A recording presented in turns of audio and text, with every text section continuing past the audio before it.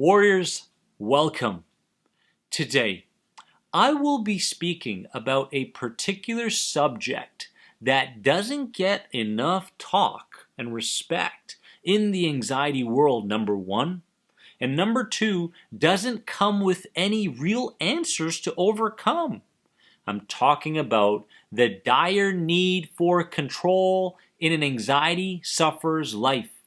If you suffer from anxiety, it's highly likely that the idea of losing control scares the crap out of you. And I'm not just talking about losing control of your body through these symptoms that you're experiencing. I'm not just talking about losing control over your mind based around the thinking patterns that you've conditioned into you. I'm talking about losing control as far as losing control of your reputation, losing control over what your friends might say to you, losing control of everything. Now let's understand control, okay? For most people, when they were kids, they had no way of expressing their emotions. So what happened was they repressed these emotions. Experience after experience, they started to view the world that was once this limitless possibility in a way that is dark, in a way that is narrow, in a way that must be lived in a comfort zone. So repression after repression, emotions being stored in the mind and body constantly led this child and now this adult to believe things that are completely false, that are illusions. And it becomes more and more difficult to see the world in a flexible manner, in a broad manner, to open up the possibility of losing some control and still being okay. And we often do all we can to control our environment because when we were kids, we had no control whatsoever. Now, as an adult, we're fulfilling that need that wasn't met when we were kids. Can you see how this has been manifested in your life? Comment below. And the truth is that the control begins to get connected to safety.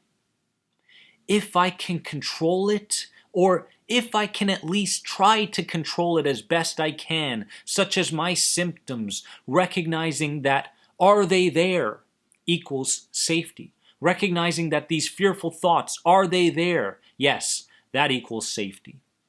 All of this program, all of this conditioning becomes a person's identity.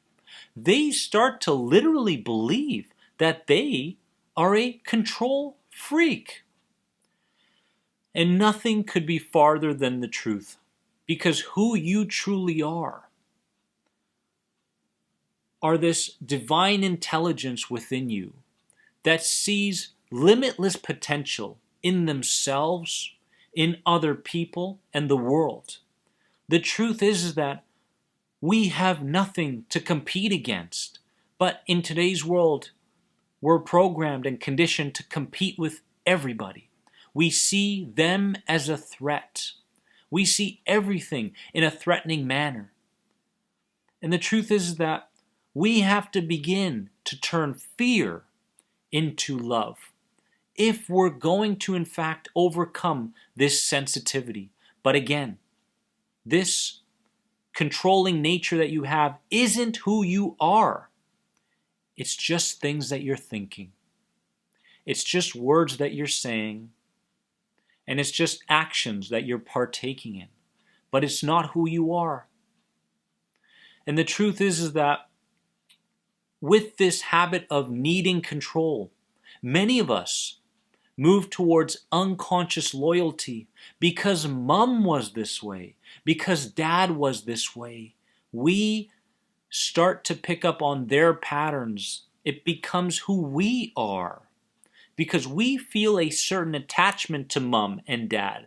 They were our developmental figures. And because this was the case, we unconsciously became them in every which way. Can you recognize this within you? Can you identify who you've become? As in, I've become just like mom. I've become just like dad. I've become just like this uncle that I used to love, I used to look up to. My older brother, my older sister, whatever it may be. So unconscious loyalty plays a part. Now the question is, what do we do? What do we do about this feeling of needing control constantly that only keeps me within a comfort zone, that keeps me from living my life the way I want to? Well, the first thing we have to do is adopt a defiant attitude over worry and control. This means that you have to begin to adopt an attitude towards this worrying and fearful habit, a defiant one. I must defy my worries. I must defy this need for control. Because if I don't, my life will constantly be dictated by the addiction to suffering. I'll feel like I'll always need this suffering to feel complete. Does this sound like you? So, the first thing is I need you to become angry. I need you to become defiant. I need you to adopt an attitude of no more. And this doesn't mean that you're going to go bungee jumping tomorrow. No. This just means that in the moment of that worry and that need for control showing up, you do the second part, which is you adopt conscious awareness of it showing up. It's here. It's here right now. Right here, right now. It's here. I have this need to control my symptoms. I need to make sure it doesn't get worse. I need to make sure that people always treat me in this manner. In that moment, the attitude that you've adopted shows up. In that moment, you are not reacting, but you are responding based around the new attitude you've adopted. So the second part is the conscious awareness of this control, this controlling part of you showing up. And the third part is the recognition of a potential new perception and behavior. What do I think now? What do I do now based around this new attitude that I have? Warrior, you have the potential to see past this control. You have the potential to live your life based around less expectation and more uncertainty. Remember when you were a kid? You were going on a field trip and you woke up at 5 a.m. You couldn't wait for that field trip. You're getting all your stuff ready, your bag ready, your jacket ready. Your parents were still sleeping. Were you certain of what was to come? No, you weren't.